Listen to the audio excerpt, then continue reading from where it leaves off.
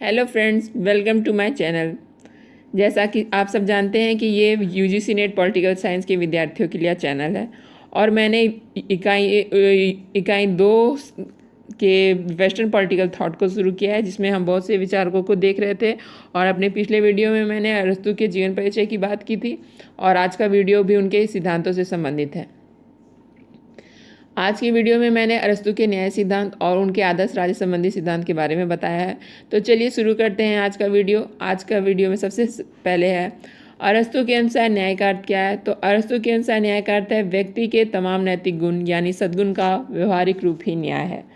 तो यहाँ पर वे कहना चाहते हैं कि जब मानवीय सद्गुण कार्य या आचरण का प्रदर्शित होता है तो वह न्याय कहलाता है। अर्थात जैसा कि एक व्यक्ति का ईमानदार होना सद्गुण है, तो जब वही व्यक्ति दूसरे के साथ ईमानदारी का व्यवहार करे तो वह न्याय है।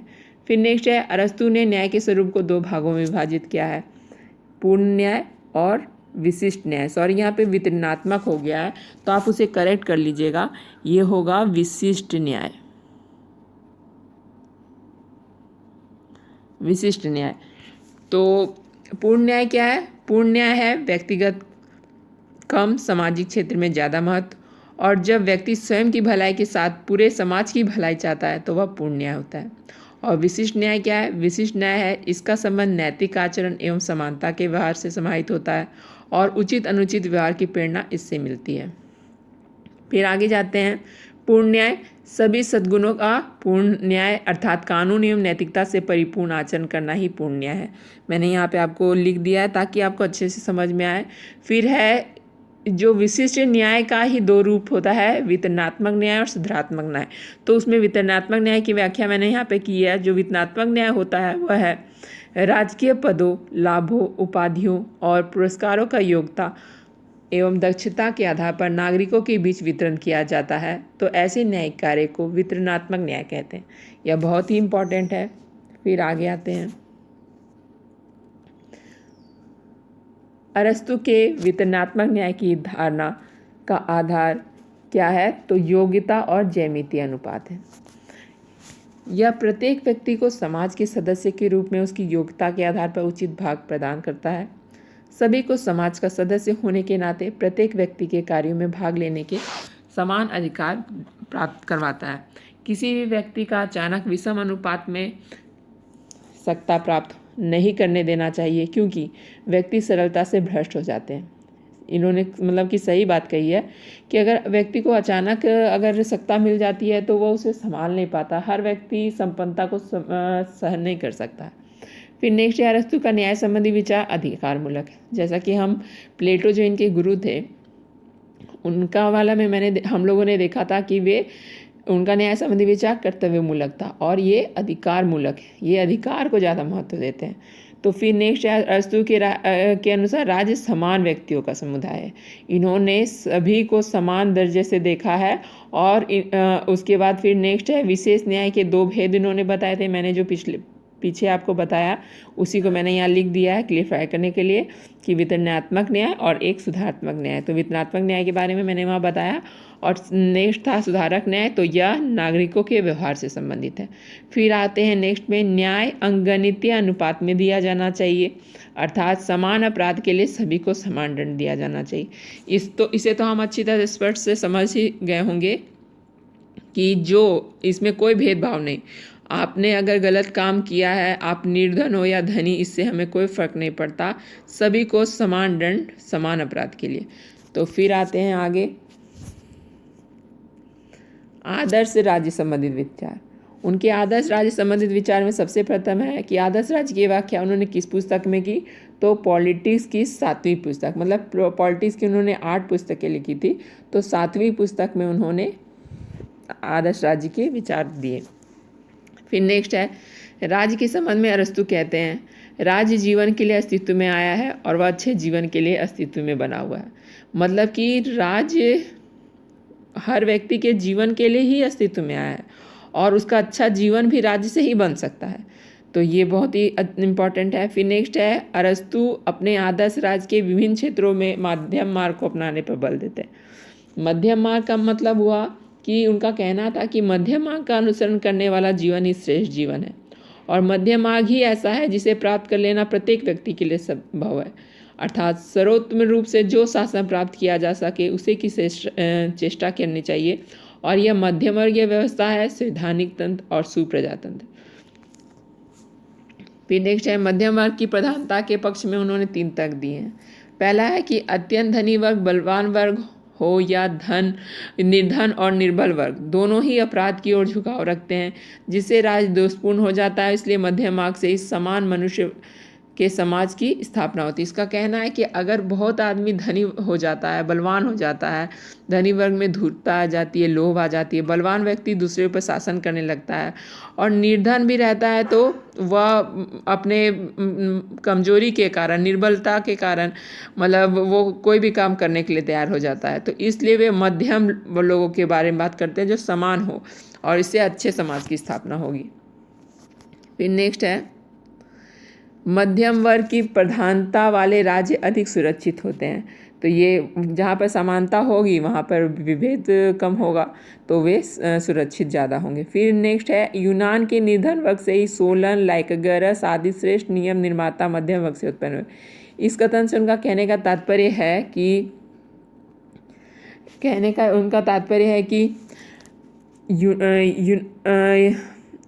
ऐतिहासिक दृष्टिकोण से अगर हम देखें तो बहुत से जो अच्छे निर्माता हैं वो मध्यम वर्ग से ही उत्पन्न हुए हैं। फिर नेक्स्ट अरस्तु के आदर्श राज्य के कार्य करने के लिए 3 प्रकार की संस्थाओं का वर्णन किया है, जिसमें पहला है असेंबली। तो असेंबली जो है वह शासन संबंधी विषयों पर विचार कर निर्णय करने के लिए, और इसमें सब नागरिक सदस्य होते हैं। और मजिस्ट्रेट जो है वह शासन करने वाले अधिकारी इसमें होते हैं, और न्यायालय जो है उसमें न्यायिक अधिकारी होते हैं। फिर है आदर्श राज्य के निर्माणक तत्व। आदर्श राज्य के निर्माणक तत्व में सबसे पहले उन्होंने कहा है जनसंख्या। जनसंख्या का अरस्तु राज्य के निर्माण के लिए सबसे प्रथम अनिवार्य तत्व बताता है। आदर्श राज्य की जनसंख्या उतनी ही होनी चाहिए जितनी उस राज्य की क्षमता हो। संतुलित जनसंख्या का वे समर्थन करते हैं। अगर जनसंख्या अधिक होगी तो ना लोगों को रोजगार मिल पाएगा और ना निवास करने के लिए मकान मिल पाएगा, तो इसलिए जनसंख्या को वे संतुलित बताते हैं। फिर नेक्स्ट है भूभाग। आवश्यकता अनुसार राज्य को अपनी भूमि रखनी चाहिए, न बहुत ज़्यादा न बहुत कम, बल्कि इतनी होनी चाहिए कि संबंधित राज्य के निवासी की आर्थिक आत्मनिर्भरता प्रदान करने में सक्षम हो, जिससे कि नागरिकों को व्यक्तित्व का पूर्ण विकास हो सके। और उन्होंने 2 प्रकार की भूमि की बात की है, जिसमें पहला है राजकीय भूमि और दूसरा है व्यक्तिगत भूमि। राजकीय भूमि सार्वजनिक रूप से सभी को लाभ प्रदान करेगी, तथा व्यक्तिगत भूमि जो है वह हर व्यक्ति के अपने विकास के लिए होगी। फिर नेक्स्ट है नागरिकों का स्वभाव। नागरिकों के स्वभाव के बारे में वे कहते हैं कि राज्य का स्वरूप नागरिकता के स्वरूप पर निर्भर करता है। जैसे नागरिक होंगे और जिस प्रकार से नागरिकता संबंधी कार्यों में वे कार्य करेंगे, वैसे ही उसका राज्य का स्वरूप होगा। फिर नेक्स्ट है राज्य के आवश्यक वर्ग। उन्होंने राज्य के आवश्यक वर्गों के बारे में बताया, जिसमें कृषक, शिल्पी, सैनिक, व्यापारी, पुरोहित एवं न्यायाधीश वर्ग आते हैं। कृषक वर्ग कृषि का कार्य करेंगे, शिल्पी वर्ग कला कौशल का कार्य करेंगे, सैनिक वर्ग बाह्य और आंतरिक सुरक्षा का कार्य करेंगे, व्यापारी वर्ग व्यापार के द्वारा व्यक्ति के जीवन को सुदृढ़ बनाएंगे, और पुरोहित वर्ग उत्तम जीवन की प्राप्ति करेंगे, न्यायाधीश न्याय के लिए कार्य करेंगे। फिर आते हैं नेक्स्ट राज्य नियंत्रित शिक्षा। प्लेटो की भांति अरस्तु भी राज्य नियंत्रित शिक्षा की बात करते हैं। शिक्षा से ही राज्य का अस्तित्व स्थायी रखा जा सकता है, इसलिए शिक्षा पर राज्य का नियंत्रण रहना चाहिए। फिर नेक्स्ट है कानून की संप्रभुता। कानून की संप्रभुता के बारे में वे कहते हैं कि कानून की संप्रभुता अनिवार्य है। कानून नागरिकों के बीच समानता का सूचक है, क्योंकि कानून का आधार मानवीय विवेक और उसकी उपज रीति रिवाज और परंपरा है, जिससे मानवीय जीवन गतिशील होता है। फिर नेक्स्ट है आदर्श राज्य की स्थिति। आदर्श राज्य की स्थिति का मतलब है कि जब आदर्श राज्य बसाते वक्त कुछ महत्वपूर्ण बातों को जो ध्यान में रखा गया है, उसे नागरिकों के पालन करवाना तथा स्वस्थ सौंदर्य संबंधी परिस्थितियों तथा अरस्तु के आदर्श राज्य के कानून की महत्ता सर्वप्रमुख है। अरस्तु आदर्श राज्य में कानून की महत्ता को बहुत ही महत्वपूर्ण मानता है, और उसका मानना है कि व्यक्ति कानून से शासित होगा और राजकीय शिक्षा का मुख्य उद्देश्य भी कानून से परिचित कराना होगा। फिर नेक्स्ट है अरस्तु ने सभी नागरिकों के लिए एक समान शिक्षा की व्यवस्था की बात कही है। फिर है अरस्तु अपने आदर्श राज्य में एक ही व्यक्ति से सभी प्रकार के कार्यों में सहयोग करने की बात करता है। अरस्तु का मानना है कि आदर्श राज्य का हर व्यक्ति एक समान कार्य करेगा और वे कानून बनाने में निर्माण में भी भाग लेंगे, तभी वह नागरिक होते हैं। फिर नेक्स्ट है, अरस्तु ने अपने आदर्श राज्य की बागडोर एक उत्तम वैज्ञानिक के हाथों में सौंपने की बात कही है। इस कथन से उनका तात्पर्य यह है कि जो भी व्यक्ति राज्य की बागडोर संभालेगा वह व्यक्ति बहुत ही बुद्धिशाली होगा, कला कौशल से परिपूर्ण होगा, उसमें बहुत सारे गुण होंगे और वह वैज्ञानिक प्रवृत्ति का होगा। फिर नेक्स्ट है, अरस्तु ने अपने आदर्श राज्य को ऐसी जगह पर स्थापित करने की बात कही है जहाँ उत्तम वातावरण हो तथा जल आसानी से मिल सके। अरस्तु अपने नागरिकों की सुविधा के लिए अच्छे वातावरण तथा ऐसे जगह की बात करता है जहाँ पे उन्हें जल का कोई दिक्कत ना हो, उन्हें हर चीज़ आसानी से मिले। फिर आगे आते हैं हम, अरस्तु का शिक्षा संबंधी सिद्धांत। अरस्तु ने पॉलिटिक्स की 7वीं पुस्तक में शिक्षा सिद्धांत की व्याख्या की है। ये क्वेश्चन आ सकता है कि अरस्तु ने शिक्षा सिद्धांत की व्याख्या किसमें की है, तो अरस्तु ने पॉलिटिक्स के 7वीं पुस्तक में, इन्होंने 8 पुस्तकें लिखी थी जिसमें 7वीं पुस्तक में उन्होंने शिक्षा सिद्धांत की व्याख्या की है। फिर नेक्स्ट है, शिक्षा की अनिवार्यता को सिद्ध करने के लिए उन्होंने 3 मौलिक विचार दिए हैं। पहला, शिक्षा राजनीति का एक भाग है। वे इसे राजनीति का एक भाग इसलिए बताते हैं क्योंकि राजनीति अर्थात राज्य प्रशासनिक एवं न्यायिक कार्यों का संपादन शिक्षा के द्वारा ही संभव है। वही व्यक्ति राजनीति का कार्य कर सकता है जो कानून, परंपरा, रीति रिवाज आदि की जानकारी रखता हो, और वह सब शिक्षा से ही संभव है। फिर नेक्स्ट है, शिक्षा व्यक्ति के व्यक्तित्व के विकास के लिए। शिक्षा का मूल उद्देश्य नागरिकों को शिक्षित करना है ताकि उनका पूर्ण व्यक्तित्व विकास हो सके। फिर नेक्स्ट है, शिक्षा से ही नागरिकों को संविधान और संवैधानिक दायित्वों को परिचित होने का अवसर उपलब्ध होता है।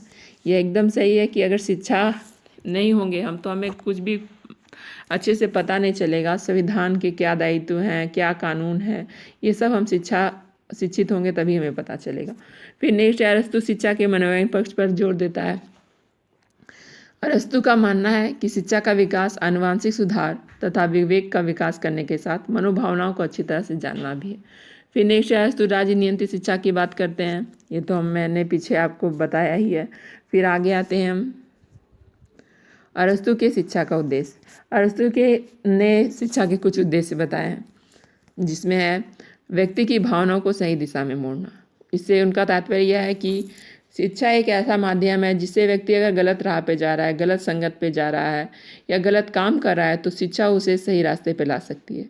फिर नेक्स्ट है, व्यक्ति के कानूनी एवं संवैधानिक प्रावधानों से परिचित कराना। शिक्षा के द्वारा वह कानून और संवैधानिक प्रावधानों से परिचित हो सकता है, नागरिक का पूर्ण विकास हो सकता है। शिक्षा का उद्देश्य शारीरिक और मानसिक दोनों होता है।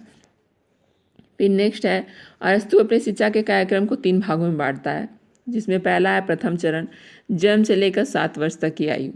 इसमें वह कहता है कि यह घर पर होना चाहिए जिसमें माता पिता इसकी देखरेख में बच्चा शिक्षा ग्रहण करता है। बच्चा जब 5 वर्ष का हो जाता है तो अच्छे अच्छे कहानी तथा खेल में अभिरुचि पैदा करने चाहिए। बच्चे को रोने, खेलने और हंसने में कोई प्रतिबंध नहीं होना चाहिए। उन्हें कुसंगति, अपशब्द, झूठी कहानी आदि से बचाना चाहिए। फिर नेक्स्ट है द्वितीय चरण, 7 से 14 वर्ष की आयु तक। इसमें शारीरिक गठन पर विशेष ध्यान दिया जाता है, व्यायाम, संगीत सीखने पर बल देने की बात कही है। फिर नेक्स्ट है 14 से 21 वर्ष की आयु तक ज़्यादा से ज़्यादा व्यायाम कराया जाना चाहिए ताकि उनका शरीर शक्तिशाली हो, मस्तिष्क भी पूर्ण विकसित हो सके। फिर नेक्स्ट आते हैं, अरस्तु का शिक्षा सिद्धांत मध्यम मार्ग का अनुसरण करता है। तात्पर्य यह है कि अरस्तु शिक्षा प्रति जीवन पर्यंत न चल केवल 21 वर्ष तक की बात की है। जैसा कि हम लोगों ने देखा है कि प्लेटो ने बहुत ही अधिक उम्र तक शिक्षा की व्यवस्था को बताया था, परंतु अरस्तु केवल 21 वर्ष तक शिक्षा की बात करता है। ऐसे तो शिक्षा एक ऐसी चीज़ है जो जीवन पर्यंत चलती है, लेकिन एक व्यवहारिक रूप से जब हम इन्होंने 21 वर्ष तक की बात की है। फिर नेक्स्ट अरस्तु के शिक्षा संस्थान का नाम क्या था, तो यह लाइशियम था। ये क्वेश्चन आ सकता है कि उनके शिक्षा संस्थान का क्या नाम था, तो लाइशियम था। आज के लिए बस इतना ही। अगले वीडियो में मैं इनके अन्य सिद्धांतों के बारे में लेकर आऊँगी। तो थैंक यू।